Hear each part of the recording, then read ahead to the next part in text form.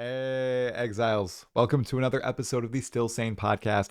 Tonight we are chatting with All Trades Jack, a dude who is a casual ARPG lover who has played Grim Dawn, Last Epoch, Path of Exile 1, Path of Exile 2, Diablo 2, Diablo 3, all these games, and created casual reviews on them. His videos are awesome. His essays are just pristine. I love listening to him, and I wanted to get his thoughts on Path of Exile 2, but also the latest and greatest competition to PoE 2. I am, of course, talking about not Path of Exile 1, but Last Epoch, because that is his favorite current ARPG.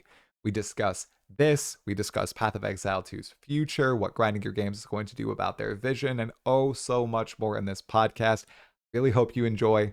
If you like the podcast, make sure to give myself a subscription and this video a like, and head over to my guest channels as well. In this case, it's All Trades Jack. I really hope you enjoy the episode. Enjoy. All right, man. I didn't bring you here to talk about Age of Mythology or Civ, though. I think we need to talk about some Path of Exile 2 and other ARPGs. Dude, first of all, how have you been doing? Okay, I know you've played Path of Exile 2, obviously Last Epoch's coming up, but how has life been from your POV these past few weeks, months? Life has been crazy. I always say that I'm the worst YouTuber because I love making content, but my YouTube schedule has been just out of whack. So I don't put out regular videos, but I just put out videos that I've been working on for like 3 months. And it mostly has to do with just like all of the ARPGs that I've played. And then like doing that in between getting married. I'm about to have my first kid. Congratulations. Thank you. Thank you. Literally yesterday, I spent all day painting a nursery. So, it's just, and before that, I was doing the Legacy of Frisia event in PoE 1. So yeah, I've been going nuts, just one event after another for ARPGs. It's so good to be an ARPG player right now. It seriously is. Yeah. I have been rededicating myself to Last Epoch after I finished playing Path of Exile 2 for like 200 hours or something. Wow. Okay. And Last Epoch goes quick for me because I've played it so much that I can get up to like level 80 really quick. I don't know the actual hours, but I can get up pretty quickly. And I'm on the third Harbinger to try and get to Aberoth with a homemade build. So that I'm trying to do before the next Last Epoch season comes out because I'm super hyped for that. It's going to be big. Crossing my fingers. Yeah. Okay. Yeah. Let's open with that, dude. Well, actually, before. Yeah. Nursery. What did you paint in the nursery? Anything special or like a rainbow? Basic stuff. Well, I'm no artist, so did you just paint it? Sorry. I just painted it. Me too. That's how far I can get. I did dark green with a light green on top, separated by a white border. So it's a little fancy. That's a little snazzy, nice, but dude. I mean, that's not a single color or anything. That's good. No, yeah, no. Good. We started learning because when we bought our house, we did like accent walls and stuff. So we're getting up there. Ever since I owned my home, I've been becoming more and more like dad ready. Just learning everything that breaks in a home and how to fix it at the bare minimum, like with duct tape, basically. So right. Yeah. Right. Mad props to you, man. I've only had major things break in my home, so I've had to bring in professionals. So like our furnace broke, and I'm like, well, I think I should probably call someone for that. And then our air conditioner, I didn't even know this happened. So our air stops working, dude. And I go out to the air conditioner. It's outside at our house, right? And I go out there, and the pump that connects to the propeller fan that powers the AC, there is a middle of summer. There is a snowball, a block of ice that is built up on the hose and everything. And I'm like, yeah, I'm going to call someone about that. This seems like some sort of odd spell that's going on because it's 90 degrees here and there's a snowball. What the heck is going on? Yeah, I've had that happen before too. Oh my First God. year I moved in, and where I live, it gets to like 110 degrees and there's still ice wrapped around the thing. So yeah. Holy crap, man. Yeah. I get you. It's a sorry situation, but props on the multiple colors nursery. That's awesome. The most we've done. Thank you. We feathered one of our rooms, which Very fancy. Actually not that hard, but it looks nice. Feathered. I don't even know what that means. So our bedroom is purple. Okay. Don't judge me, guys. We like purple. Okay. So we have 2 solid walls, and then the 2 opposite walls are feathered. So when you paint, you then go through and you like with like a not like a feather duster, but it's basically a large feather, and you like create lines as if there are like little specks of like white and everything to give a little texture to the wall, and it's called feathering. Gotcha. Right? So it looks interesting, like it looks a little different. It isn't fancy at all, and it probably could have been done a lot better, but we did it ourselves, so we're pretty proud. Yep. Yeah, that's awesome. Yeah. As long as you did it yourself, man, that's a story you can tell. And I learned how to feather the other day. Exactly. And by me saying I did it, my wife actually did it. So she did it while I was working. So mad props to my wife. She's awesome. She was the painter. I was not painting. I was the supporter. Okay. That's what I was doing. Mental support, refilling drinks, carrying up the paint pails, all that good stuff. So, okay. On from nursery. On to this whole last Epoch and Path of Exile 2 thing, dude. So, we know when last Epoch's coming out. April 2nd, season 2. They've been working on it for a year. And Path of Exile 2 has basically pushed their it's being branded as big content update to approximately 1 month from now, which gives quite a bit of wiggle room. Hypothetically, it could be that April 5th, that Friday, right? So, my first question, it's a spicy one. I've asked it to many people in the community. If that happens, which game would you be playing? Say Path of Exile 2 hops out on April 5th, 3 days after the content update. You know, it's on a Tuesday, right? So you've probably worked. You haven't actually got to play any Last Epoch. It's Friday. You've got Last Epoch loaded up, and you got a new Path of Exile 2 patch loaded up. Which one are you going for? I'm curious. That's not even a hard question. I go for Last Epoch. Oh, dunked. Why? I mean, I'm probably people, you know, like, I feel bad because I love Path of Exile 2. I don't want to take anything away from Path of Exile 2, but the amount of content that is coming in Last Epoch's season 2 is massive. And I don't have a lot of time to play games. So like just the fact that there's so much new in Last Epoch coming, I'm beyond excited for it. And I'm really excited for what PoE 2 can be. I'm excited for the future of it. But Last Epoch right now is still the ARPG that I'm probably the most excited to play right now. Right. And I wanna make sure I say right now, because I'm sure it'll change eventually. But Path of Exile 2 for me, Path of Exile 2 for me right now is just, it's one of those games where I need to pay attention. And I need to give my full focus to everything that's going on the screen. And it's weird to say that for a video game because you were supposed to do that. But with Last Epoch, the grinding section, like the grinding bit of it, I can do that while watching TV. I can do that while listening to music. I can do that. I don't have sound in Last Epoch when I play. So it's so much easier to play that. And instead, I can enjoy the build progression. I can enjoy the new content. I can enjoy the new bosses. I've only ever tried Aberoth once, and then I lost, and I just never went back. So I kind of want to do that again. But I mean, it's just, it's hard to say. It's hard to compare because I just feel like they're two very different games, and I would play them for very different reasons. Yeah. And it sucks because I'm sure that Path of Exile 2's patch will come out like right around that time. I don't know if like they had an agreement before not to do that, and now the gloves are coming off, and now it's, you know, whoever can put out a content as fast, like whatever time they need to. Because I know that they have been talking before, but you know, all's fair though. It's just business. It's just, you know, they have to put out these patches because at the end of the day, if Path of Exile 2 does what Last Epoch did and wait a year, you know, they're gonna have the same problems that last Epoch does. Definitely.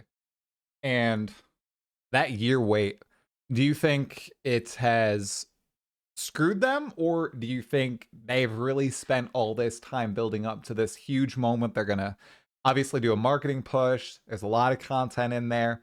And I don't know if you've seen, but like the last Epoch teaser has 1.5 million views or something on it for this season That's 2, nice. right? It's a 15-second clip, nothing in it. It's just a spider. Ah, that's it.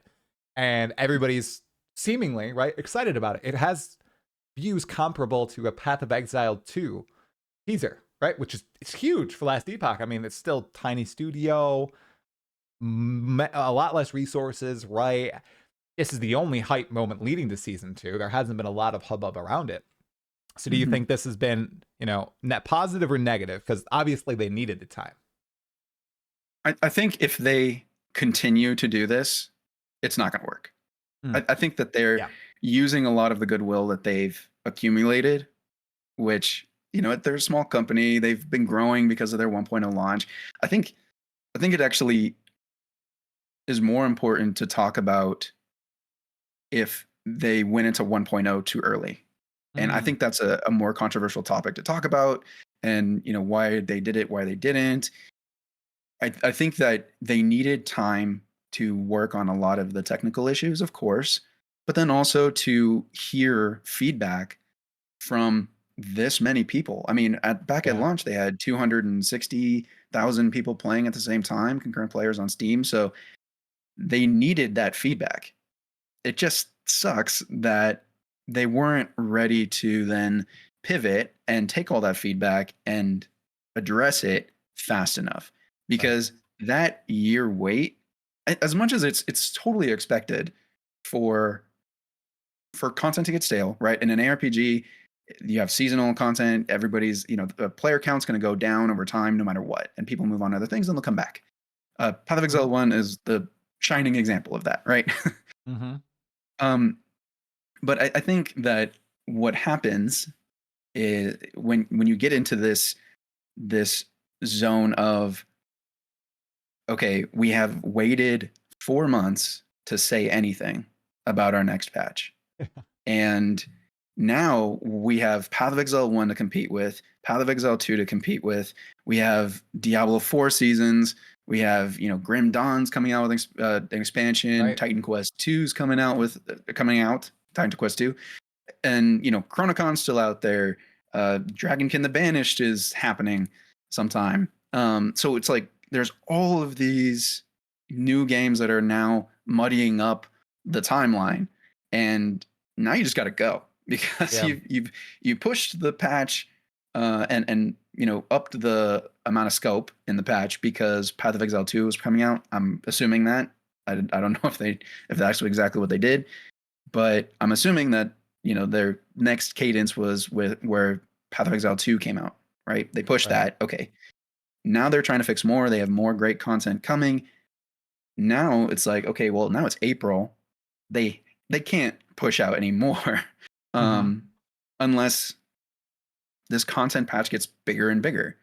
You know, the business of it is, if you continue to wait, you better make it worth it, because you got to make up all of that time spent, right? You got to make that time worth it. And I love Last Epoch, man. I can't say enough how happy I am with the game, even in its current state. It can be better. There's always ways to make it better. But it is the only game that I've consistently come back to, even without content patches. I've consistently come back to like once or twice a week to just find a spell that I haven't made a build for yet, try and find a synergy with something else, and just make a build on my own and just see how far I can go. And I really hope that post season 2, we do not have the same amount of wait. Yeah. You know, and I think that's where it makes a break. Right. I totally agree. And I chatted with Aaron of Action RPG about this. He seems pretty confident that's not going to happen. He thinks they have everything together, and he's the guy who's obviously got probably the most inside info into EHG. Definitely. So I think they've fixed their pipeline leading up to this. And I think you're right. They probably were going to release when PoE2 came out. They pushed, and it's ended up just now in April. This is going to be a big content patch, but after every 3 to 4 months, I think they're going to get in that cycle. They want to do that. They want to be a live service ARPG. They've grown their team. I think it's going to be in a good place, and it's going to be battling up against some tough competition. Now, you said one of the big reasons that you really enjoy Last Epoch is because you can constantly return to it, make your own build, progress, and it feels good. I'm curious, in the current state of Path of Exile 2, do you feel that's possible from a casual gamer's perspective? So obviously, I don't know if you want to give people a little bit of background, but obviously we chatted at the beginning, a little bit more casual. You got a family, you got a job, you're doing all this handiwork around the house. So it's like when you sit down, I feel like you're a lot like I am. When I sit down, I want to play. I don't want to go and watch a build guide or go into Path of Building or read a guide on the forum about a build. I'm just going to make it myself, and it better work. I better not need to rely on someone else to do something. Even like if I have a average intelligence, you know, right? Do you feel like it's possible in PoE2 right now? Not on the scale of Last Epoch, but... Well, I think that it kind of depends on how you look at the term casual, right? Yeah. Casual is like 80% of people. You got to think, right? It's a huge, broad term that describes so many people that are going to enjoy the game in different ways. Yes, I think the campaign of Path of Exile 2 is casual friendly. The only reason I think that is because you can go through the campaign. It's well paced. It's difficult, but it teaches you kind of the mechanics as you go, and it gives you ways to, craft, kind of RNG craft, but still craft. Gives you ways to build your character, and even though it's not, it's still difficult, and it's long. It's fun and it's exciting, and you play against bosses that are, even though they're tough, they're beatable, and it gives you ways to continue to progress. I think that stops after into the end game, right? Okay. I don't necessarily think that the end game as it is right now is super casual friendly. And again, depending on where you sit on that range, you might really like the end game. Even as a casual player, you might say, okay, well, I'll just do 1 or 2 maps a day and call it, right? And I'm okay with taking that long to progress. A lot of people feel that way. I'm usually that way. I don't need to hit the pinnacle bosses as soon as I start playing, right? I haven't gone into endgame. So past tier 5 maps, I just kind of say, okay, well, if I'm going to go past tier 5 maps, I'm going to hit bugs and problems that other YouTubers and other content creators have told me about. So I'm just going to go and reroll another character. Yeah. So it's super casual friendly if you play the campaign, and acts, the cruel acts are placeholder, so it doesn't really matter. They're pretty damn easy. Yeah. The thing I don't really think is super casual friendly too, like when you get into the end game, are the trials, like the ascendancy points. Ooh, okay. Is that spicy? Am I controversial now? You are the definition of anti-spice with that. I'm the spicy one, dude. I'm a trial fan. There's a lot of people hate the trials. I want to touch briefly. Oh yeah, dude, people do not like the trials, man. Oh, especially for getting the ascendancies. I feel like farming them after the fact, kind of okay, but unlocking ascendancy 0.3 and 0.4 especially, people are not fans. They want that changed.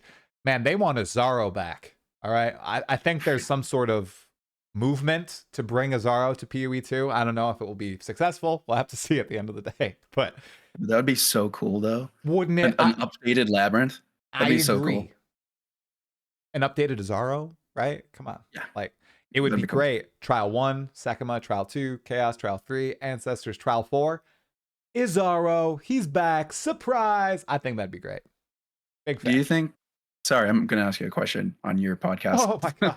Go for it. Of course. Do you think that in the future, when they add more, or I'm assuming they're going to add more like trials that you can get your points on, do you think that they're going to let you do them in any order? Somebody, I So don't like, remember who it was chatting about that. I think that would be a good idea at the end of the day to allow some more freedom for people who especially hate Sekima or Chaos or in the future Ancestor. We know that's coming for sure. We know that there will at least be 3. I feel like that's good, right? I don't know if they need to shoehorn in the 1, 2, 3, and then the last ones are essentially free, right? Or wherever you yeah, want to go. I think that that's totally fine. But, you know, at the end of the day, I do think they're possible. You just need to fully engage with the system. Like, yeah. or people hate this. I tweeted it. My dad, 60 years old. A month ago, I said to Rax on the pod, no way my dad gets the 4th ascendancy. There's 0% chance. It's not happening. This weekend, he did it. He got the 4th Wow. ascendancy. All right. 60-year-old dude. His gaming repertoire right now, it's Baldur's Gate 3 and Path of Exile 2, right? So, does not play a lot of action RPGs.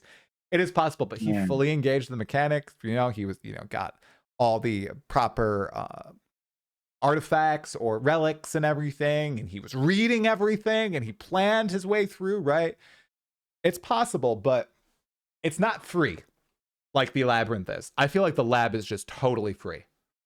As long as you don't Yeah. walk in a trap in PoE1, you get your ascendancy.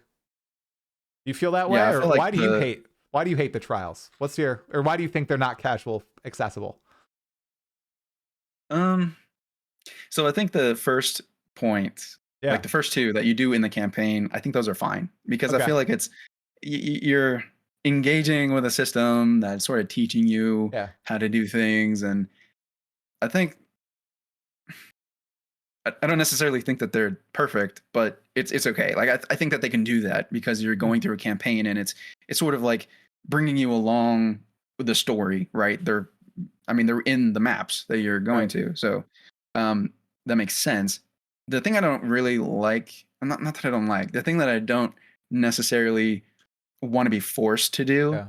is when I go into a trial of Sekimo or a trial of Chaos, it is purely RNG what you're getting, Right. right? So when I spend 30 minutes of my time or more, once you get into the higher tiers, right? If I spend 30 hours or more, 30 minutes or more, I expect to get something out of it, Right. right? It's more of like a don't like respect my time kind of thing. Yeah. It's Yeah. not that I expect to get my ascendancy points because obviously I didn't win, so I shouldn't get it. Gotcha. But a lot of the times, like I think of it this way, right? You need to respect my time because it's RNG. You spend 30 minutes doing this, and at the very end, you've built your RNG wrong with the Trial of Chaos, or you get a room that you can't complete because it doesn't fit with your build, Mm. right? And so you get past the first level because you've done that a million times, and you get to the second level of the Trial of the Second, and you get to the boss, and you've seen it for the first time now, and you realize that once you get there, your build can't handle it. So now, instead of saying, okay, like what can I do to change this at the moment, you test it, you die. Now you have to restart those 2 floors over again. Mm-hmm. And while I think that's perfectly fine for people that like it, I think it's a tough thing to ask if you're gonna lock such a powerful part of your build behind it, because it's more of a mentality thing, right? If I'm a player who wants to move on in other content, I need that player power. I Right. can't not get it. So I need to go and beat the Trial of the Sekimas. And because it doesn't respect my time, I'm going to be even more pissed off if I have to spend more and more time because my RNG is off, or because my build doesn't work a certain way, or because I just don't get the drops that I need, or whatever Mm-hmm. it might be, right? I totally, on its own, I actually really like the Trial of Sekimas because I like roguelites. I like like the RNG nature of it all. I just don't like that one of the biggest parts of my player power is locked behind it. And we don't have to get into it here, but like that is a game design issue that other games have had. And anybody who's watched any of my videos knows that I compare everything to World of Warcraft because that's where I came from. And we just went through this in Shadowlands with World of Warcraft, this thing called Torghast, which was the same deal.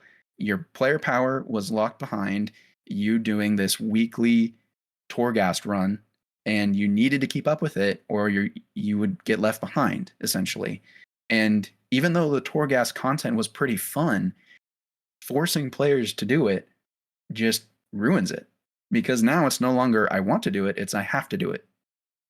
And that's the key. That's kind of why I don't like it. That's the key. Yeah. That's, I think, if they want to keep it like this, right? Because you're right, it's an intentional design choice. And thank goodness you don't have to do Trial of the Secumus weekly to keep your ascendancy. Oh my god.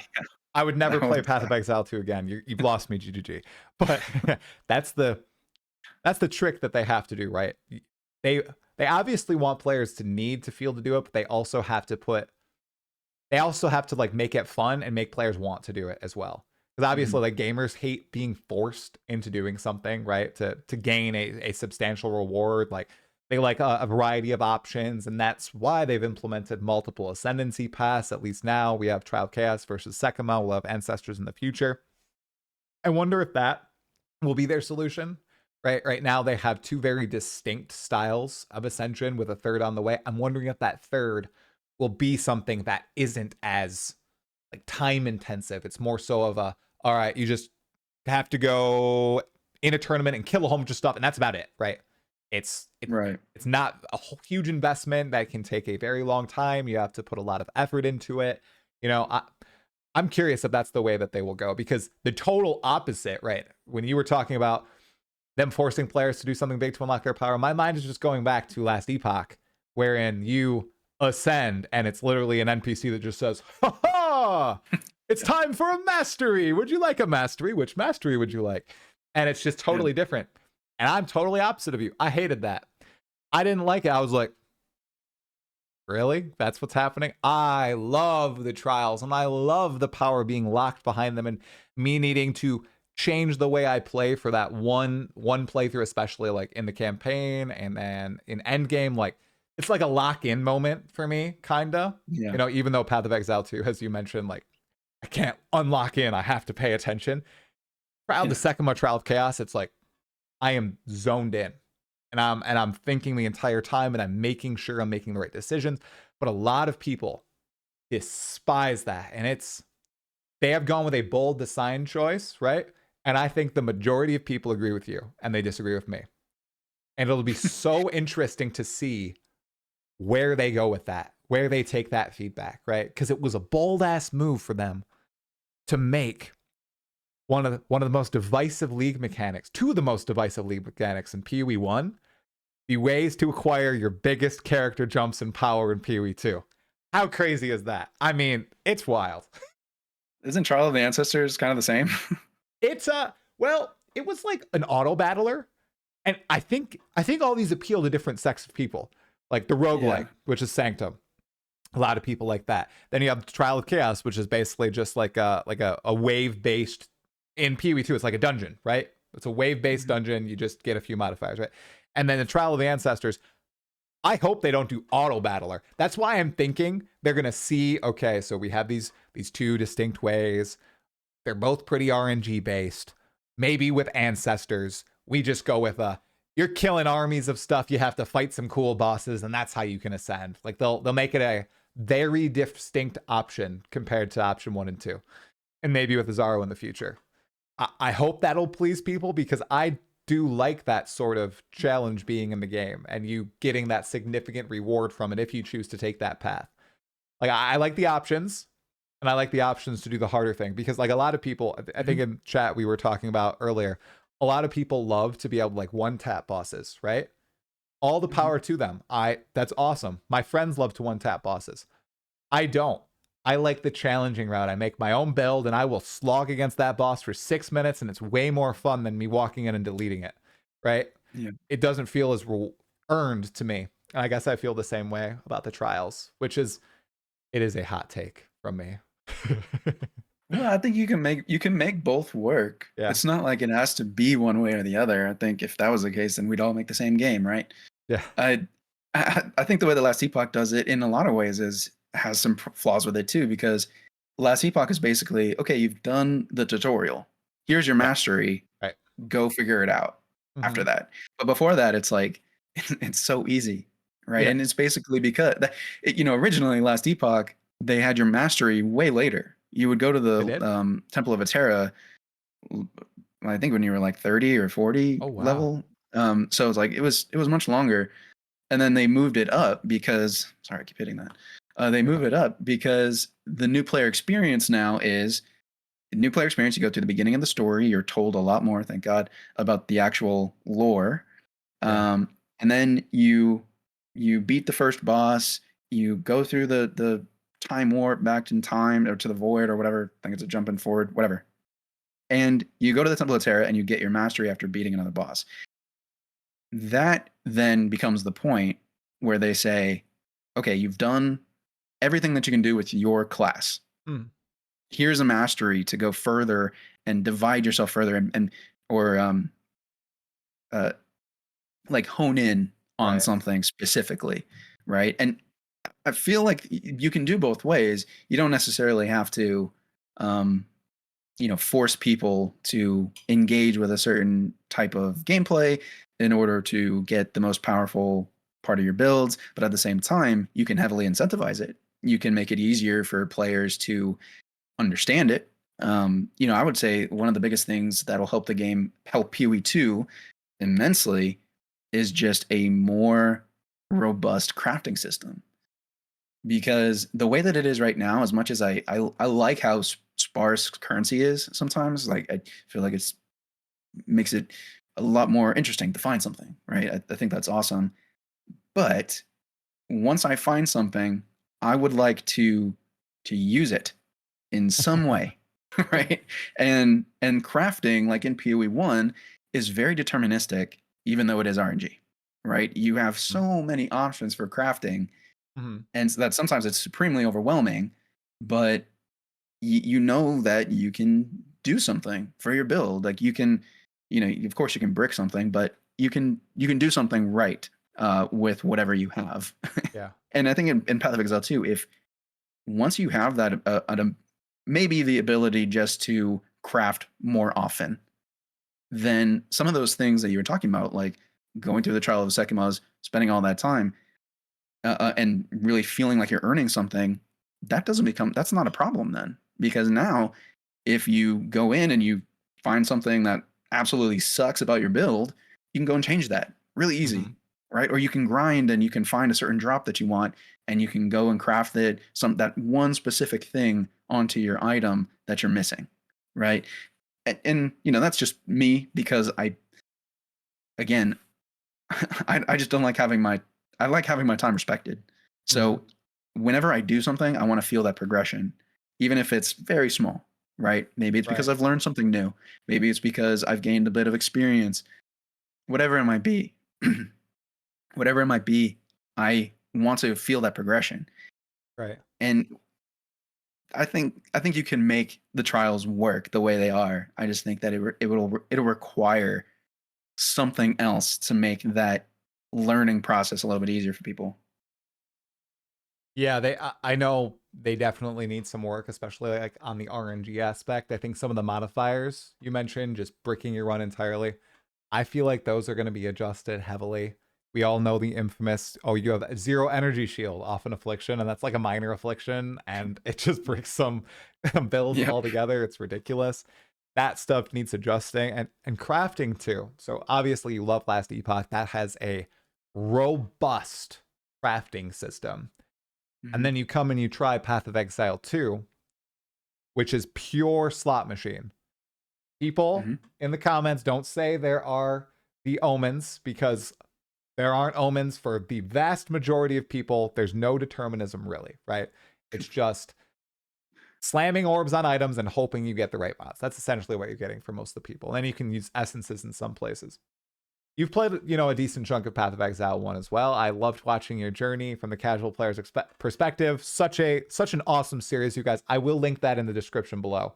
Excellent journey through Path of Exile 1.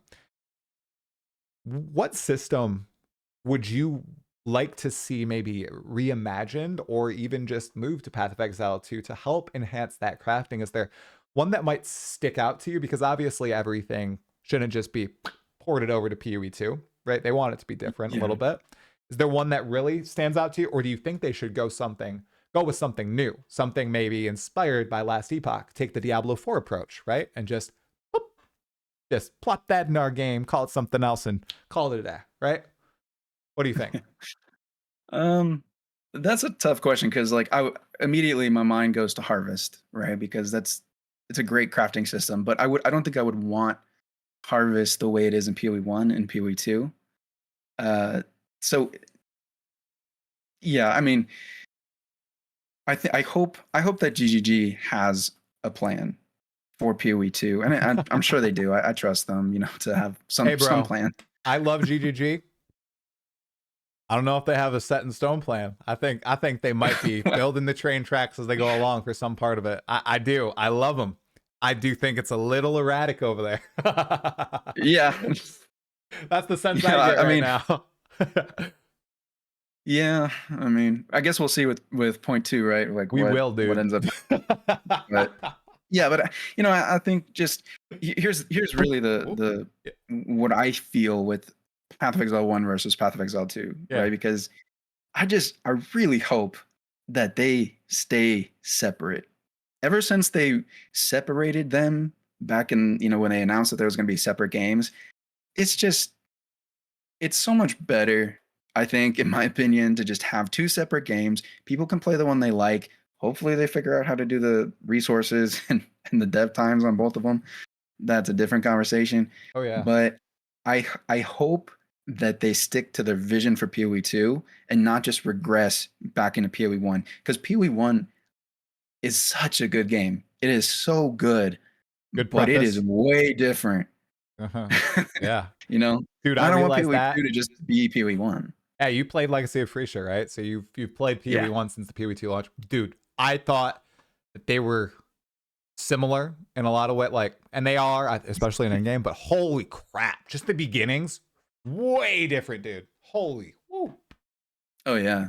The progression in PoE 1 is so quick, but it's so smooth, and it's such a good feeling. Like as soon as you get off you get off the beach, you do Act 1 and you're in Act 2, you feel 10 times more powerful than you did in Act 1. In Act 3, you feel 10 times more powerful than you did in Act 2. And it just continues and builds on itself. And you know, that's 10 years of content for you. So 10 years of updates. PoE 2, I hope it gets there.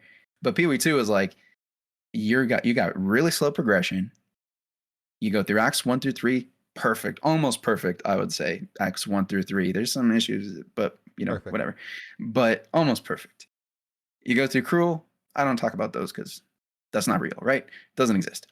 Then you get to Endgame, and it's like, where the hell did I just come from? I came from Cruel Acts where nothing happens and everything's easy, and then I hit this huge progression wall and difficulty spike, and I'm like, and the game turns back into Path of Exile 1. Yeah. But you're still Path of Exile 2. Your character is still slow. It's still, you know, not as powerful, depending on if you follow build guide or not. Hey, or you're just luck of the draw and you choose to play monk and quarterstaff and you're just everywhere. Right. So yeah, it's like, you know, you have that huge jump, and I don't know. I have a lot of problems with the end game as it's currently is. Bro, you are 100% right with the end game. No, this isn't a crazy opinion or anything. This is something that a lot of people, including myself, I was shook the first map I stepped into Path of Exile 2. I had the footage, live stream, right? Campaign, beautiful. Cruel, I was like, well, this is dumb, but okay, it's placeholder, but I'm just killing everything in less than 2 seconds. Like, Bell, dead. That was every boss fight in Cruel.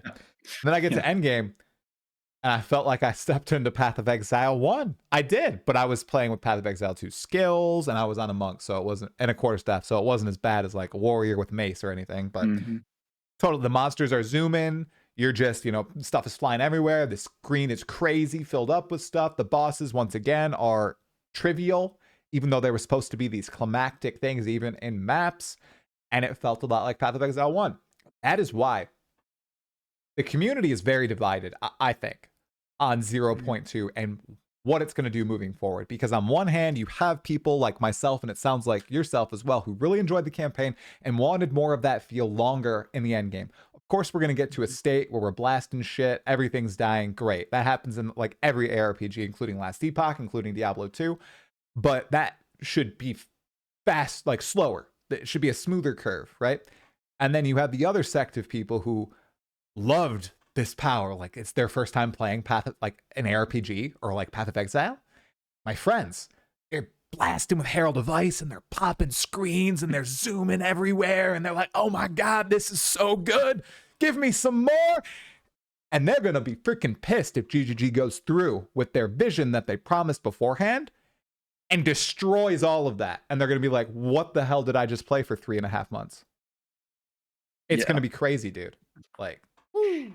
Yeah, I think, again, you know, I always say this in all my videos because I don't want to come in and sound like I know everything, right? Or that the game should be catered to me, because it shouldn't be. It should be whatever vision they have, and whatever, if I like it or not, that's when I play it, right? The problem is that I hope that GGG makes its like a campaign extended, right? Or at least they make it balanced so that you're not just you're not the slowest thing on the screen, right? Because I played Warrior first and I got to end game and it was rough. And I didn't look up a build, so I didn't know about what is it, Hammer of the Gods, whatever the drop thing is. I didn't know that. That's it. So then I chose a monk and I got to tier 5 and I was like, okay, it's the same kind of deal, but whatever. Anyways, not important. I hope that GGG understands, or at least has a vision, some broad vision of a Path of Exile 2 endgame and what that's supposed to feel like. Because if Path of Exile 1 content is what they want the endgame to be, like Path of Exile 1's endgame just in PoE 2, I don't think that's going to mix for me. Right. But then at least I hope if they do that, if they pull Path of Exile 1's endgame into PoE 2, I hope that they can then do something to, again, balance it. Right. It's okay if that's your vision. It's okay if Path of Exile 1's endgame in PoE 2, if that's what you want, totally great. But make it balanced and make it work and make that, yes, like you said, smooth it out. And people will like it. People will not like it. But at the end of the day, at least it's your vision.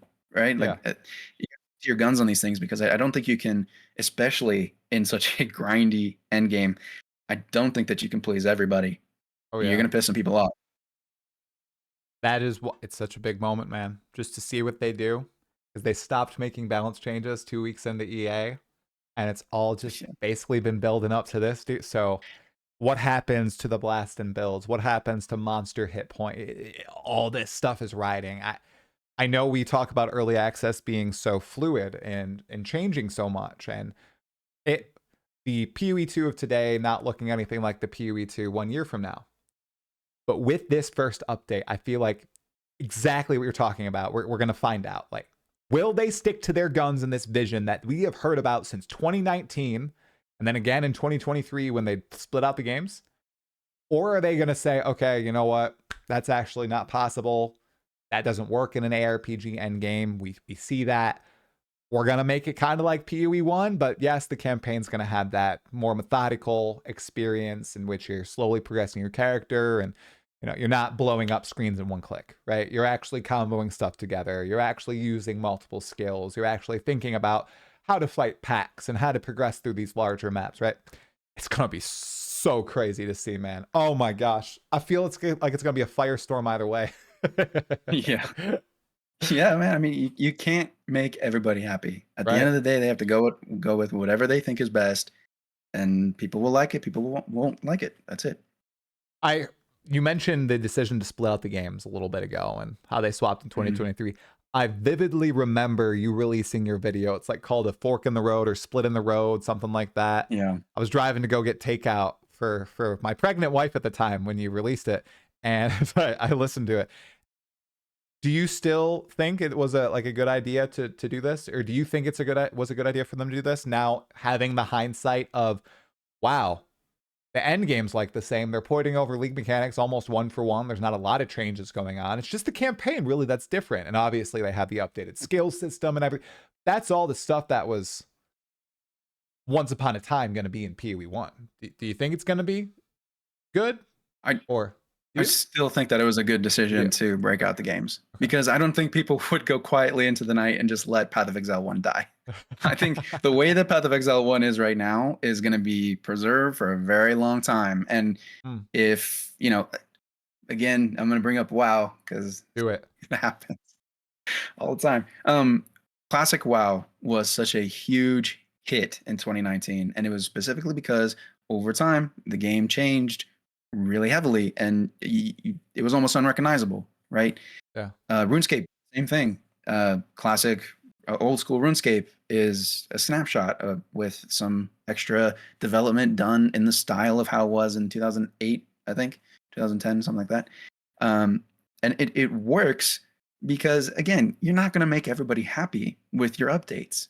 And I think that it's a smart idea for them to do that. I really wish that they had maybe put a little bit more thought into into the actual execution of it. Because, again, like, I think I haven't watched that video in a long time, but if I'm thinking back to the way I would think back then, is it's the resources. All it is how big are you? As a studio, how big is the game going to be?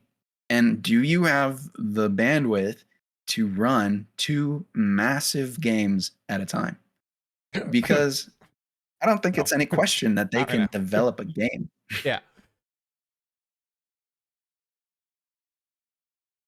Go for it. I totally just like coughed and interrupted you. No worries. No worries.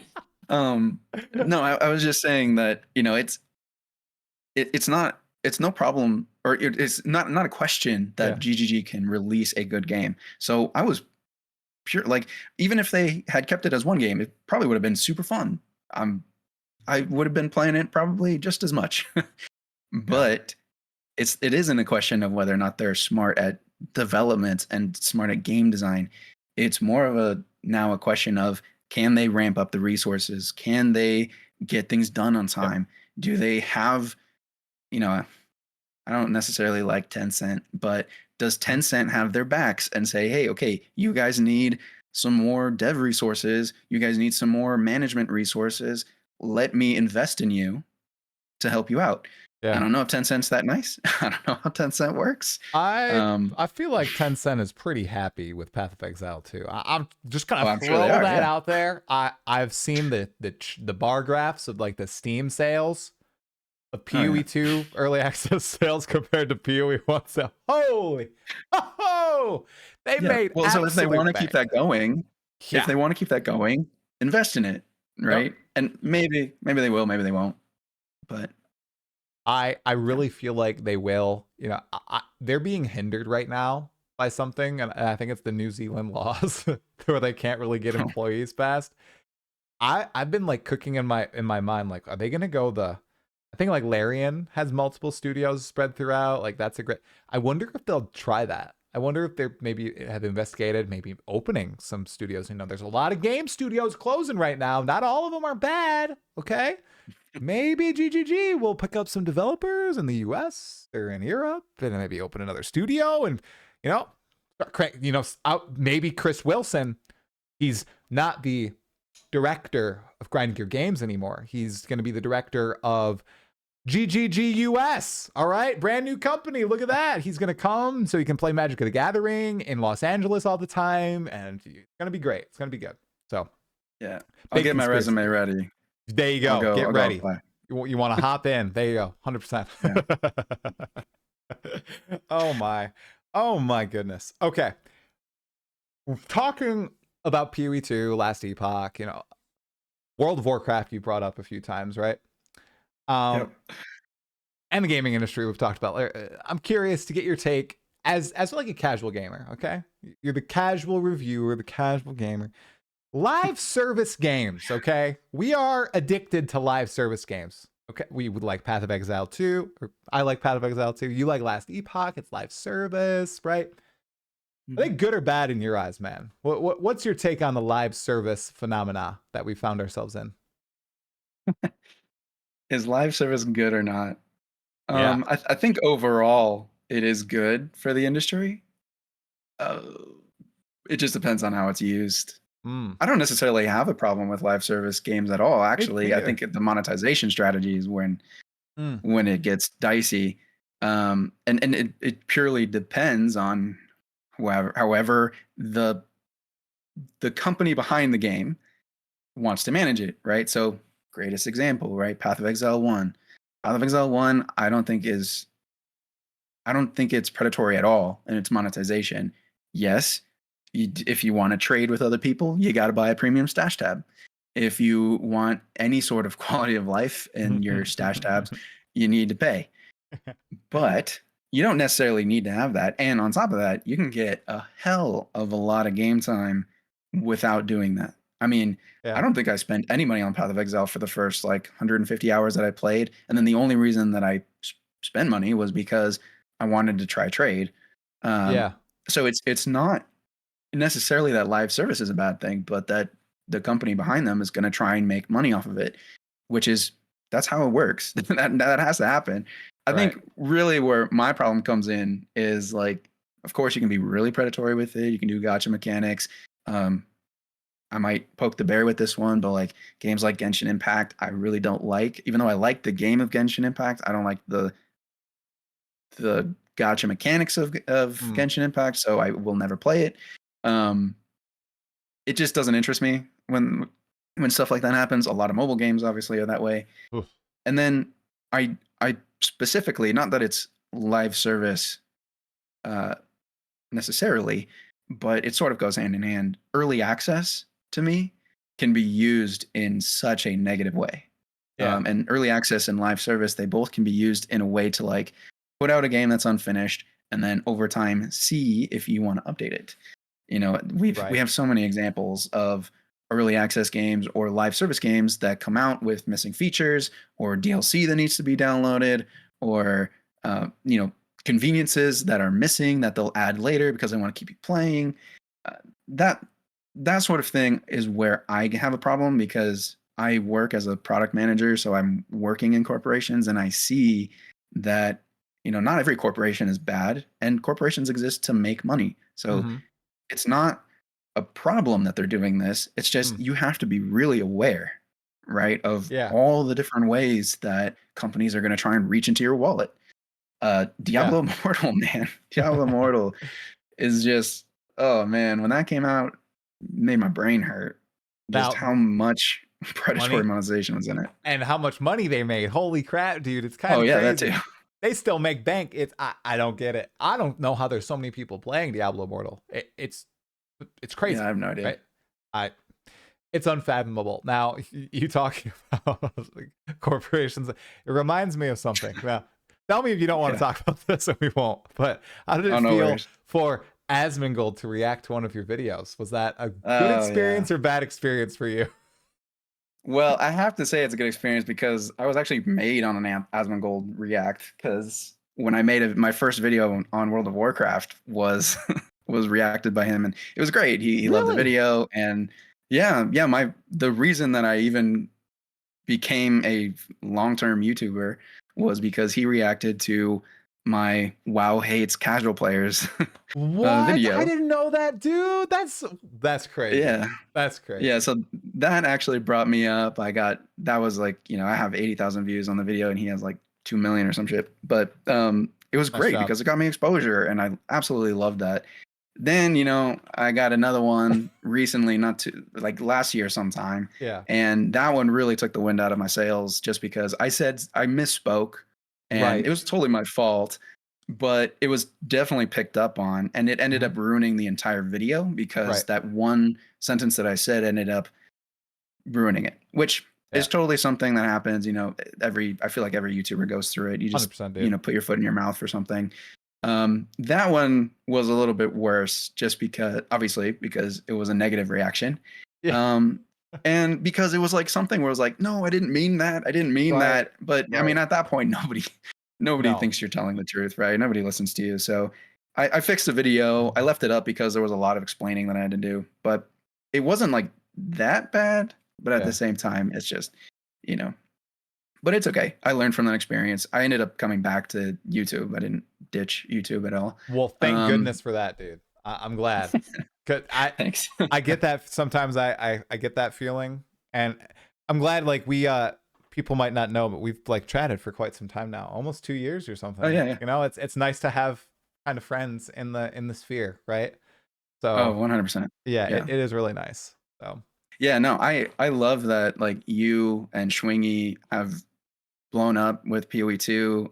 He's been doing super well too.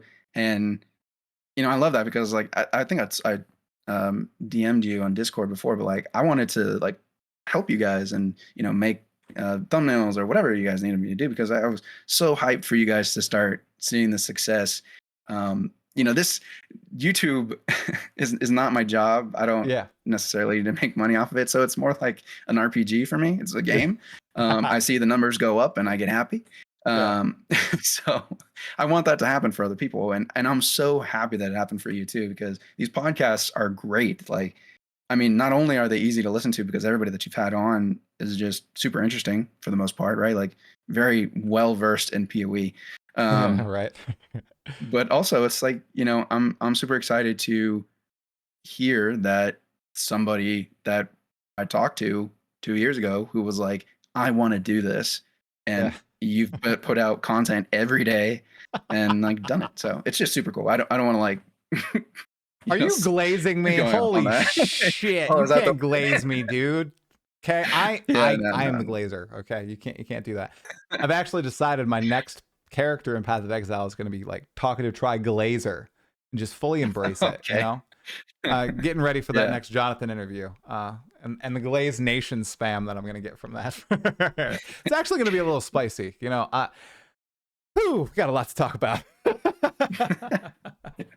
Well, at the end of the day, I'm glad I came back to YouTube now because Last Epoch's new season's coming out. I absolutely love everything that's going to come out in there. So I'm super excited for that. Are you going to make an update of the classic, your awesome video showcasing all the classes, you think? Or you're just going to let it sit out there, let it simmer? No, I'm probably going to have to do an update or at least put on it that it's 1.0 because there are enough changes at this point that not everything is accurate. So especially not the shaman or the sentinel. Because they have gotten complete reworks, and then obviously the warlock and the falconer weren't in my original video because they hadn't come out yet. They're big. So I kind of want to do it again, but where I'm at right now, it's like that 45-minute video, like of all the classes and everything, took me like something like 4 months to make. Because not only did it take me a very long time to edit the video and everything, but playing all of those classes to level 60 and above it took forever. It was 15 characters. Did you ever get a warlock and falconer to 60? Yep, I had 2 follow-up videos, did the same thing. So yeah, it was great. I think I might try warlock. Or the Forge Guard is apparently getting the ability to dual wield 2-handed items or something, which is cool. So is that the Forge Guard? Yeah. I think, yeah. Oh. Yep.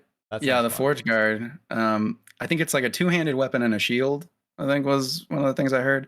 Oh, okay. Is that? Okay. 2-handed weapon and a shield. Yeah. I mean, it might be 2-handed in both hands. I just, I think what I heard on the stream was that you could do 2-handed weapon and a shield and do that as a Forge Guard because I really hope they update the Forge Guard. Forge Guard needs some love, in my opinion. Yeah. It sounds like they're reworking that one, so hopefully it's fun. Hopefully I'm gonna check that out. I just really hope it doesn't clash, man. Oh God, because we're thinking the druid's gonna hit, and dude, I want to be that bear. I've been wanting to be that bear since they showcased it at ExileCon 2023. Yeah, that just looks so good. But I'm thinking, like, what if they go for the mace balance route for the bear and they've added a whole bunch of like slow attacks to the bear? So it's like, and it slams down. It takes like 3.5 seconds. Oh, I might be really sad if that happens, but I'll deal with it. Have you tried the war? I'm assuming you have. You've tried the Mace Warrior? Yeah, I played 2 warriors in hardcore to mid act 2, died in stupid ways because I'm a bad player, and then I have 1 that's just in act 3 that I've just been slowly playing through. I think that's my second most progressed character. I've mostly played my monk. I've really enjoyed that. And, when they made the initial end game changes, I ended up liking the end game a lot more because, as much as I want it to be different from Path of Exile 1, I still love Path of Exile 1. So it's like, okay, Path of Exile 1 doesn't have anything going on right now. I'm just going to play Path of Exile 2, and who cares if it feels a little bit like Path of Exile 1 because I like Path of Exile 1, so I'm in a good place. I do hope that it ends up being very different, though. So, Yeah. at the So end of what the do day. you think of the warrior right now, as it is right now? The warrior right now, I think it's fine in the axe. I know that's a hot take. I haven't had any problems. I've done like rolling slam build. I've done bone shatter build. And I've done default attack build, dude. And guess what's the best build? Default attack. That is by far the strongest Yeah. thing. You can literally it fully relies on you getting one good weapon, right? And that'll carry like each act, and it'll carry you through the act. And you won't have any problems unless you die in hardcore like I did. But you can just get one good weapon in Act 1. It's like, 45% increased fizz damage on the second tier base, and you can stand and just slam bosses with your auto attack, and you're good. Or your basic attack, and you're totally good. That can happen in all the acts. And I don't like that necessarily, right? I think in endgame, when all the monsters speed up and the game speeds up and all the league mechanics are super fast, the ritual and breach, warrior, like that's terrible because the warrior doesn't speed up in proportion to that, just like the monk does or the sorceress does or the mercenary, right? It's tough to play. I hope Do they change it. you I'm questioning you again on your own podcast, my bad. You don't have to apologize. Do You're chatting. you think that going forward, right, the mace warrior is probably going to, I'm assuming, is going to be the slow style of gameplay that it is, Yeah. right? Do you feel like it is okay, good game design, bad game design, whatever, to have the slow mace warrior playing the same game as the super fast blasting screen clearing monk? An excellent question. And I think it all goes back to what you talked about at GGG's original vision, GGG's vision of the game, right? A lot of people are, including myself, kind of are the mindset like maybe that should be the baseline that grinding gear games balances around, and that's the power level that other classes should also feel like. Maybe not as slow, but as powerful, and that's tricky to balance, right? Because in an ARPG, fast equals powerful. It's very hard. I err more on the side of the warrior gameplay being the baseline and monsters and monster encounters being adjusted to fit that baseline, as opposed to bringing the warrior up to the, let's say, monk baseline. I do, because I want it to be slower and more methodical. So that's my hope for the future. So I do hope that they go more in that balance direction, like make the warrior feel better. Like I think a lot of the skills still feel clunky, and I do think the mace is like too slow, honestly, and it needs to be brought up. But instead of making it uber fast, bring the others down a little bit in power, take away power from the player. And that's why I'm like scared for the future, because if they do that, players have become so adjusted to this level of power, and a lot of these people are first-time ARPG players, that having that taken away, they know it. They've said, Chris Wilson and Jonathan Rogers, they've said like, you can, they always start with things really hard, right? And like underpowered, because you can slightly buff, that's fine. You can buff all you want. The moment you take power away, that's when players hate you. That's when they start to get really pissed. So, Yeah. but it's early access, right? That's what we See, say. when the Marauder comes out, I'm curious as to how they're gonna do the Warrior versus Marauder. I'm assuming Marauder's coming out Yeah, sometime, yeah. right? Marauder's one of the classes. Yep, it is. Okay, Marauder I've seen that probably in tied game. with axes. Yeah, yeah. Okay, so when the Marauder comes out, Yeah. I'm curious to see how they're gonna do that, because Marauders, to me anyway, the class fantasy is sort of in between, right? It's big, muscly dude swinging around shit and raging everywhere. The warrior, as it is today, is what I thought, or sorry, the warrior is like the big, bulky, slow guy, super cool. I love that class fantasy too. But I'm curious in terms of gameplay, how they're going to balance that, because again, the problem being that class fantasy, whether you pick the marauder or the warrior, you can still pick maces. So maces are going to be slow regardless if you're a marauder or warrior.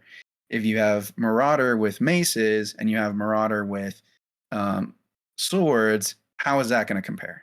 Right? Same with Titan, or the warrior, right? Yeah. If you have a warrior with a quarterstaff right now, you're still fast. You're just not in the right place on the tree. So I'm curious to see how they're going to balance the marauder with the warrior. And is the marauder going to be the default dual wielding fury warrior basically, or is I hate saying this because I know like the classes don't necessarily define your gameplay. Right, it's like the weapons, but right? Yeah, right, the weapons do. Yeah. But like another good example is the shadow, right? You got the marauder, you got the shadow. I'm assuming the shadow and the marauder are going to be way different than each other. Yeah. But the marauder can use daggers, the marauder can use swords. I guess I'm getting way off topic, but basically what I'm trying to say is I think it's going to be interesting how they're going to balance the two classes with using the same weapon. And if the marauder, because it's on a different place on the tree, is going to be a faster mace warrior, faster mace user, or if it's going to be just as slow and you're going to have to give up attack speed for power or something like that. No, so dude, you're pointing out an excellent, not flaw, but challenge, right? Because they have tasked themselves with making all these different weapons feel distinct, alongside the fact they can be used by any class with all these different methods. It's very tough, right? Because in Path of Exile 1, right, your axes, they feel pretty samey to your two-handed swords and your maces, and there are some different passives that you can use to buff your axes and change them in ways that you can't with maces, right? But the feel is still there. It's still generally the same. Their job now is to make two-handed swords feel different from two-handed maces, feel different from two-handed axes, to feel different from flails, to feel different from daggers, and that's gonna be tough, dude. And that's what. Have you noticed that one of the big reasons they split out Path of Exile 2 and made Path of Exile 2 because melee felt bad in PoE 1? We have 2 melee weapons right now in PoE 2. No axes, no swords, no flails, no daggers. So it's like no claws, right? I wonder if total tinfoil hat, I need the icon in the chat, are they having problems? Like, are they like, oh shoot, how do we make these feel distinct? Oh no, what's going on? Because once again, like right now, maces feel so bad because quarterstaffs feel so good, right? That's another thing. There's just a dichotomy there. Yeah. You have a melee build that uses quarterstaffs and a melee build that uses maces, and what the hell are you going to choose? Probably quarterstaffs, unless you really like just winding up and having not the greatest payoff most of the time, right? Monster moved a few inches to the left, you missed it. Oh shoot, right? So it's rough.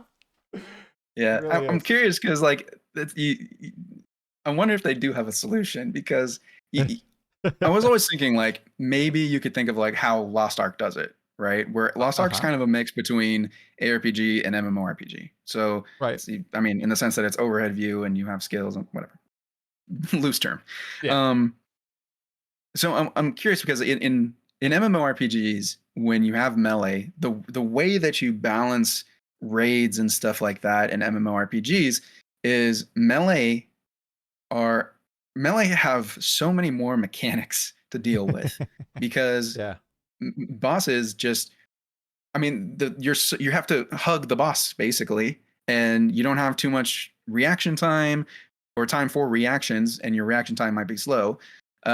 So you have a more difficult time with mechanics But to make up for that, you have an auto attack, right? Yep. Or you have a lot of movement abilities to just like get yourself out, get yourself in, get yourself out, get yourself in. And meanwhile, you always have a basic attack, so you're constantly doing some damage as long as you're close enough to the boss. So it's more about positioning, and it makes up for the fact that ranged classes can move around. They have more time to react to things. They usually have more powerful like spells and abilities. But anyways, so I'm curious if they can think of something similar to that in a game like Path of Exile 2, because you do have these big bosses, and a lot of the times melee is punished more because you don't have that time to react. You have to be close to the boss in order to do damage, but you don't have any passive auto attack, which I'm not saying they should put auto attack in the RPGs, but they don't have any passive damage like that unless you have some sort of damage over time. I'm curious if they can think of any sort of advantage that they can give to melee to make up for the fact that you're much safer playing ranged. Or, and even in the more specific case of maces versus quarterstaff, I'm wondering if they can give you an advantage, which is, I'm assuming it's supposed to be power, in the slow buildup of maces versus the fast, quick gameplay, jumping around everywhere, shattering screens of the quarterstaff. Well, go for it. Go ahead. Finish your thought. Sorry. Well, I'm just thinking that, like you said, right? Melee versus range in PoE2 has the same problem, where you have. Well, don't worry about it. I think I was going to go off into the same thing I was talking about. So go ahead. No, you're good.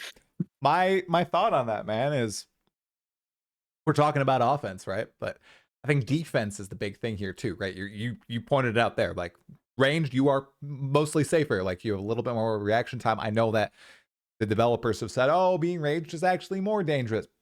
Bro, I don't think so in a lot of cases, especially in maps, right? You get close to the monsters, you're in those explosions, your corpses are blowing up, volatile plants are flying your way, right? They're hitting you with melee attacks, they're instantly hitting you with projectiles, you don't have any time to move, right? Melee's more dangerous. And right now, let's say warrior and maces have the worst defenses in the game. The worst. They suck. They're terrible. Energy shield is amazing. Monks get energy shield. Sorks get energy shield. Other people can. Warriors struggle to get it. My, brain dead idea that I pitched to Jonathan Rogers back in March of 2024, when I played the warrior and in LA, and he was like, so how'd you like the warrior? Try. And I was like, man, it's not good. I walk into this pack and I just die. Like I'm doing a rolling slam and they just blow up. And I'm looking at Schwingy, who's to the left of me, and he's just pow, pow, pow. Oh, look, I killed everything before it got to me. Look at that. Look how good I am. No shade to Swingy. I know he's in the chat, but like it was crazy even then. So I was like, yo, Jonathan, maybe like there could be like super armor or something, some sort of shield you get when you're in this huge rolling slam, because you can't stack your defenses in Act 1, your armor, to withstand this mob of beasts coming your way. And what you have to do like now is you use basic attack, or while they're running at you, you like start rolling slamming. So like the last slam hit, it's like, what's going on? I was just like, oh, let's do super armor. Maybe you get some big defensive buff when you're using these long wind up attacks. I guess I don't know why that's not a solution. Is it because, people will use this to, weapon swap and tank certain abilities? Or I don't know. I feel like that's an elegant way of doing it, right? As basic as that. Like, especially like, dude, when you get stunned in the middle of one of those, Jesus, like you have to worry about stun as well. Like there's all these different vectors you have to worry about as melee that you don't have the tools to overcome. And I know like Path of Exile 1 has Fortify. Path of Exile 2 doesn't currently have Fortify, where you can get just flat 20% reduced damage, from attacking things with melee hits. So there's stuff coming, but there's also that fundamental design flaw, I think, that could be easily fixed with maces specifically, of making you feel like this juggernaut that is slowly moving forward and is unstoppable. That's not there. because what actually happens is you're going, and you just get mobbed and you die, and it sucks. It feels bad. So that's my idea with it. I don't know what you think about that. Yeah, I mean, I think that is. I mean, they might know more than we do, so Right. maybe it will ruin something. I don't know. Right. But yeah, I do think that defenses play a huge part in why it feels so bad. Because when I first started playing Warrior, and granted, this was before the armor buffs, and I have not gone back since. Since. There was no buff. I have. It's bad. It was Okay, nothing. yeah. I've watched all the Kriparian armor videos. Those are great. There wasn't anything. But I played before, so one of the worst feeling things was, like you said, it was winding up one of those attacks and getting stunned in them. Winding up one of those attacks, taking all this damage, having to spam my one key because I'm trying to heal myself through it, and finally getting it off. And my build sucks, so my damage sucks. That's a me problem. But again, I think like at higher levels, you would feel the same, just in a different way. Sorry, that doesn't make sense. But you know what I mean? Like at higher levels, it's gonna be the same problem, even though you're doing more damage or you have, you know, more defenses. It's gonna be the same because monsters will scale with you. I think that another solution that I think, which it might be a little bit controversial, just because the whole point of maces is supposed to be slow. You know, I thought something like where you could weave in attacks, right? If you start a rolling slam and you realize like, oh shit, I'm going to die, you know, you can roll away, and that's canceling the attack, right? Mm-hmm. Well, what if you do the same thing with like Sunder? And instead of, you know, you wind up, you do this heavy slam. Well, let's say, okay, you're doing the Sunder and the monster moves slightly to the left. What if instead of canceling that ability, you trigger another ability and you can do like a leap slam? And instead of stopping the animation and starting another animation with this, you know, lock into the abilities, you cancel the current ability and you go into the next ability. It'll be crazy for animation. So I don't know if that'll work. But, you know, something like that where it feels a little bit more fluid. Because if you break it down to its core, the reason that the warrior feels bad, in my opinion, is because your gameplay is all broken. It's all broken up, right? You are moving slow. You have slow skills, and if anything happens to you while you're doing that skill, you miss, or you're stunned, or you're dead, or you're surrounded. and so you, for that time when you're stunned or surrounded or whatever, you can't play your character. Whether that's for a half a second or a second, whatever it might be, it stutters your gameplay. And so a lot of games have done it well. I don't want to bring up Dark Souls. I know that it's hard to bring up Dark Souls. But like, how dare you? You know, Dark Souls is slower combat, right? There's No Rest for the Wicked is a good example too. It's slower. You have meaningful combat, right? And it doesn't have to be jittery. It can be smooth. So I think that maybe that's another solution. But I agree that one of the biggest problems is the fact that armor just isn't a complete solution for your defense, and getting any other sort of defense on a warrior is really difficult. Yeah, you're just getting mobbed, you're dying. It's rough. It's really rough out there for warriors. Really. Still really fun though. Yeah. Still fun. I think the axe are good. Like I said, like I feel like there's not a big problem in the axe, but as soon as monsters start getting faster and getting all like the pack modifiers and rare modifiers and map modifiers, I don't even see how I could play that with how slow the abilities are. Like I see that as a monk player with quarterstaves, and I'm like, oh my god, how could there's 10 quadrillas running at me hasted. Oh my god. How will I ever hit these guys? So, and even fighting like the pinnacle Arbiter of Ash moves around all the time, right? I don't know how warriors do it unless they're one tapping him, right? Like, because you got to charge up for 3 seconds to do a Sunder. That dude might be in a completely different position. So something elegant like that you proposed is comboing it into something else. I wonder if even just being able to shift the direction of your Sunder, maybe 45 degrees each way, if that'd be cool, right? Like you can re-aim, not move while attacking, but like re-aiming while attacking. I don't know. It might be tough, but it might help out with that problem. I do think that it's not a great solution because I think I think we talked about this Yeah. before, but I don't think that it's a good solution if they're just expecting for people to weave in weapon swaps, because it locks people in a certain way. If maces Right. can't be good on their own, Yeah. then why have them in the game? I mean, Yeah. like why have them be such a large part of people's builds? I think that, like I do think that it's going to feel a lot better when like axes and swords are in the game and you can use faster attacks because you just want that gameplay, right? But I Yeah. do think that in the long run, they really need to take a look at, okay, if warriors are going to be this slow and monks are going to be this fast, or sorceress or the minion builds are going to be, super good and or Yeah. whatever it might be, right? All of these builds have to coexist in one game.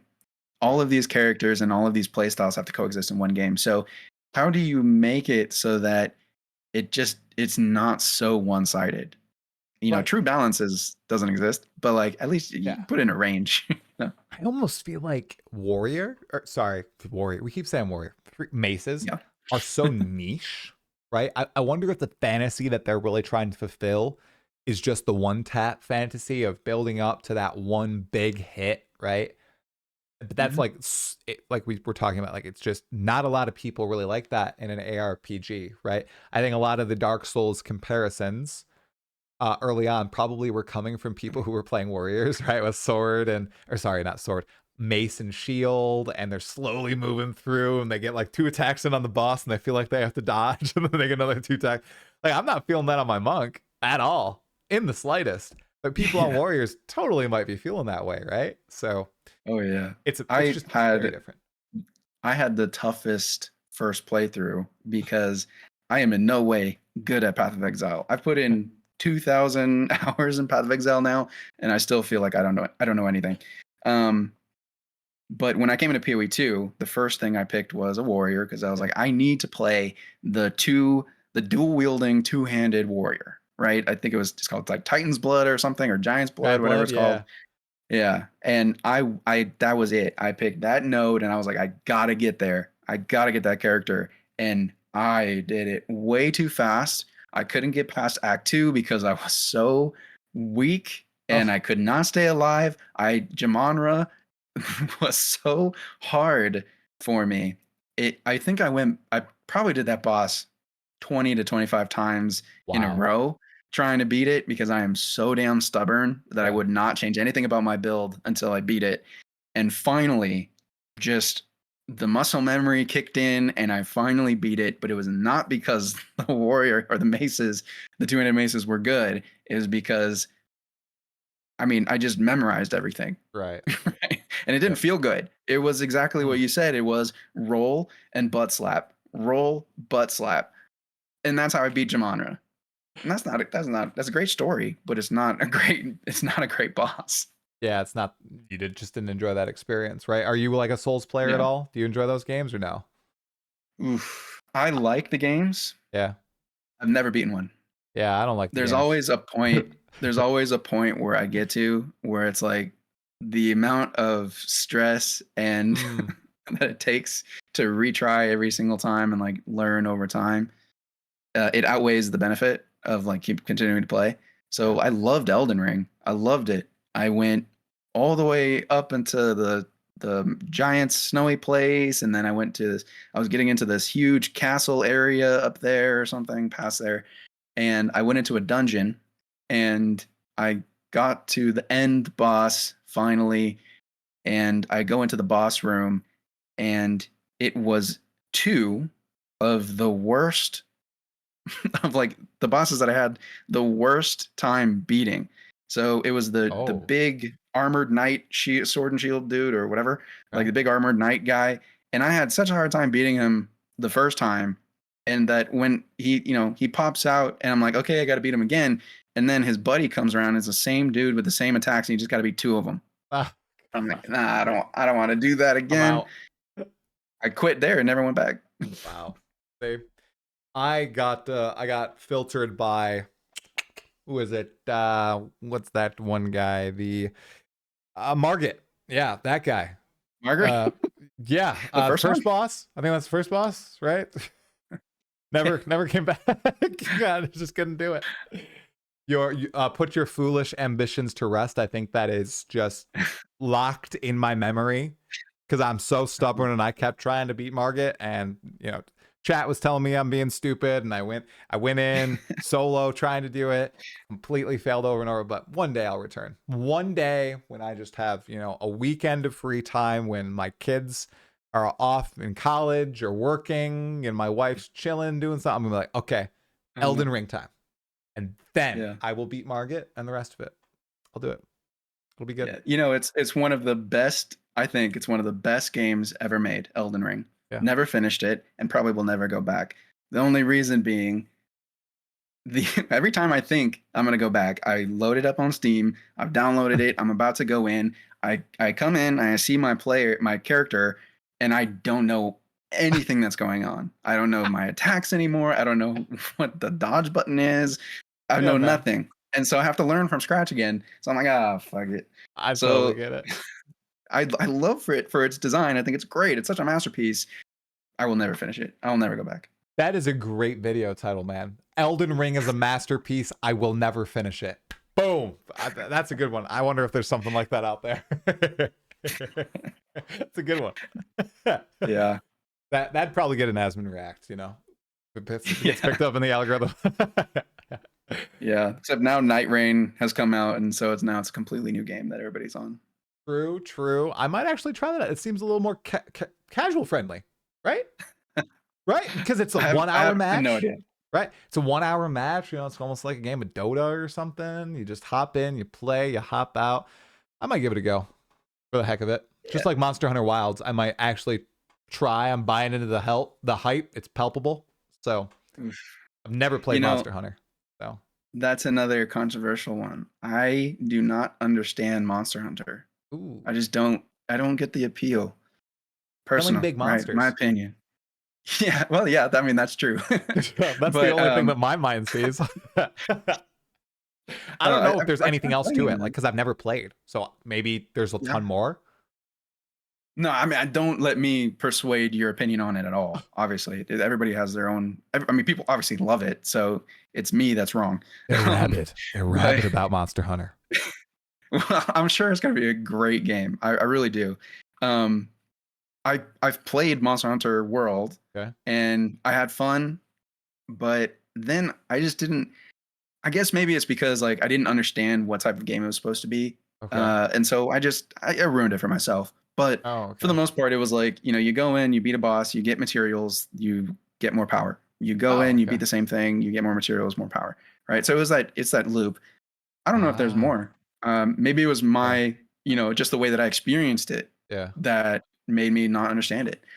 I had no way that I have a bad experience. I just it didn't catch me. It didn't catch me. No, I get that. It's the same with Elden Ring and myself, right? I feel like I like boss battles and everything. A lot of people tell me I would enjoy Elden Ring. I think they're totally wrong, because that doesn't seem like a boss grinder to me. Monster Hunter Wilds seems like that, and Black Myth Wukong also looked like that. I feel like I would like those games, so maybe I'll give those a go one day. Did you try Wukong or no?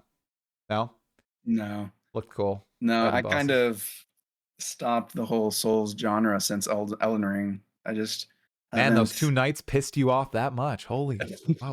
I'm a really stubborn gamer. Hey, and it's so funny because in my real life, I'm such a patient person. Yeah. I have to deal with work and people at work, so it's I've honed this patience skill, right? In games, I'm not. In games, I'm so stubborn. If I can't beat something, I will smash my head into a keyboard until it works. And and I think that's really what ruined the Elden Ring for me. It was I tried for so long to beat that. I didn't change anything, which is dumb. I know it's dumb. I know it's a terrible way to play the game, but I just can't. My brain won't let me. Same thing happened with me in The Warrior, right? Yeah. So stubborn. I beat the entire campaign and the Cruel Axe and tier 1 maps with the same build. Did not use the hammer one. Okay. And I don't even remember what it's called. And I just forced myself to do it. So stubborn. But it's pretty nice a feeling when it works Yeah, eventually. you finally get. Hey, except killing Jamonro, that was a shitty feeling, right? Yeah, no, I hate That was Shimano. a bad one. Worst boss 2025 called it. Oh my god, really, dude? Holy, I I'm can't kidding. believe it. That's I'm kidding. crazy, man. Worst boss. Okay, worst boss Clipped. Jamonra. Did you like Gianor? I'm curious. I liked all the campaign bosses. Let me just say Except that. Jamonra. I liked all the Okay. campaign bosses. Man, Gianor, dude. I don't even blame Jamonra. I blame the warrior. Or I blame Maces. Stupid warrior. Dang it. Yeah. That fight, phase 2, dude, as a warrior with the whirlwinds. Yeah. And then the portals spawn and oh boy. Oh nice. My god, that pissed me off so much. Oh man, I feel you. I feel you, dude. Yeah, so easy. I mean, I one-shot him on every single other character that I made because I knew it so well from doing it on the warrior. Boom, there you go. Hey, the Citadel in Endgame, when you find the Jamonra Citadel, it's going to be easy. It's going to be so easy. So yeah. Good night. My wife's saying good night to me. Not you. I'm not saying good night to you. All right, I'm off. Yeah. We have been actually going for an hour and a half, though, man. Was there anything else specific to, Last Epoch, Path of Exile 2? Anything else you wanted to chat about or touch on? Are you going to play Last Epoch Season 2? I think I'm most definitely going to play Season 2. What's your favorite class? Favorite class? Okay, well, the thing is, I haven't played a ton of Last Epoch. So I played the Falconer in Season 1. And on launch, in Season 1, oh gosh, I'm getting it mixed up. In Season 1, I played a Battle Mage. What is that called? Is it Battle Mage? The Sword Mage? Yeah, Sword Mage. Yep, I played that. Man, it's slipping my mind. Is it Battle Mage? It's not. It's totally not Battle Mage. No, it's not Battle Mage. Spellblade? Spellblade. Spellblade. Hey, that was a total guess. Played Spellblade. I got all the way up to Empowered Monos, I believe, and I faced one Harbinger, and that took me like 100 hours, and I burnt out because it was like too long of a grind. I really wanted to fight Aberath, and I just didn't get to him. And then the time before that, Last Epoch launch, I played the Falconer. That was fun. I did not get very far on the Falconer, though. It was the end game. The end game is where I bounce off from Last Epoch because I just felt like it was too monotonous. So I'm really hoping it's more fun. Like there's more to experience there, more like boss fights to look forward to, because that's what I really like. I like that, splitting it up and just more exciting experiences and good feel in the combat. Yep. Favorite class so far, though, I think I like the Falconer more. I did an Acid Flask build. That was fun. It wasn't like, the most busted thing, but it was pretty fun. Mm-hmm. And I think I'm going to go Forge Guard, I think. Forge Guard, yeah. Because I know you play D&D. Do you have a class fantasy that you love the most? Oh, yeah. Druid. Shape-shifting Druid. Yep. Which is funny. I have not tried the Last Epoch Druid. It just looks like a little janky to me for some reason. I don't know why. Maybe it's not, but it's not the worst class. See, maybe I should try it, because there's this thing, like if you watch game footage, sometimes it like looks really clunky, but when you're actually playing the game, it feels good. And when I've seen like the Werebear builds, I think it's specifically Aaron's Lightning Werebear build, looks so jank. Classic. Yeah, so I don't know. Maybe I'll try something different. But animations wise, I think you're right. That's the thing. But the like, feel that of matters. it's really good. Okay, so it does feel good. So that's the thing. Like, I want it to feel good while I'm playing. I think that's why I like PoE 2, because everything feels so fluid on the classes that I played. But I feel like Last Epoch's melee feels decently well. I also, in early access, I played a Void Knight, and that felt really fun. I really like the abilities that guy has. The Erasing Strike or whatever it's called. The big poof. That's fun. That was good. So yeah, the Void Knight is... I thought it was the most popular one, but I think some people told me that it's not. It's so the Void Knight, the Erasing Strike that you're talking about. So I'm a huge class fantasy guy. It's the reason I picked the Warrior for PoE 2 is because that's my favorite class fantasy, is just sword and shield or dual wielding swords, no magic involved, just pure strength. And the Void Knight, I picked him first when I played Last Epoch. I think actually second. I did a minion build first. So I picked the Sentinel, I picked the Void Knight and I did Erasing Strike. Yeah. And the reason I did was because Erasing Strike's tooltip says that you literally erase them from this plane. Like you erase them from this world. So I was like, that's badass. It didn't change the animation at all. It didn't change the spell look or anything. It was just, it looked cool. Yeah. And it said you're deleting them from existence. I'm like, all right, cool. Yeah, I stuck fun. with it. Yeah.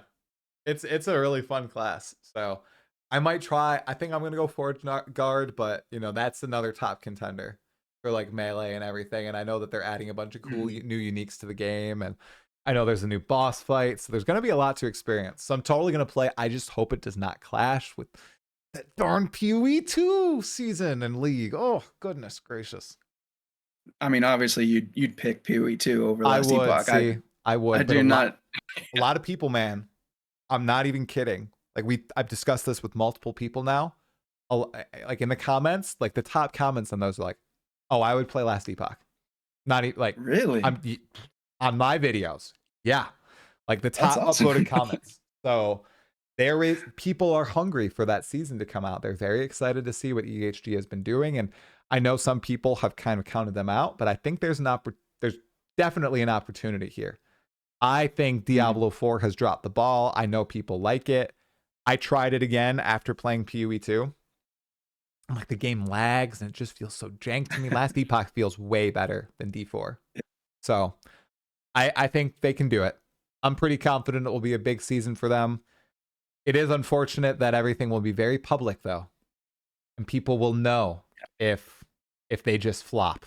That's kind of scary, I think, in today's day and age, because once that narrative takes hold, you know, we see it with a lot of games, I think, that are getting some flack. You know, I think like Avowed is like in the news for not getting high player numbers on Steam, even though they're on Game Pass or whatever, right? And that narrative, it's actually pretty dang powerful in today's age. Oh, yeah. So I really hope that doesn't plague EHG, because they're a good group of people and they made a cool product. So, yeah. Yep. Live service games live and die by their population and live and do. die by the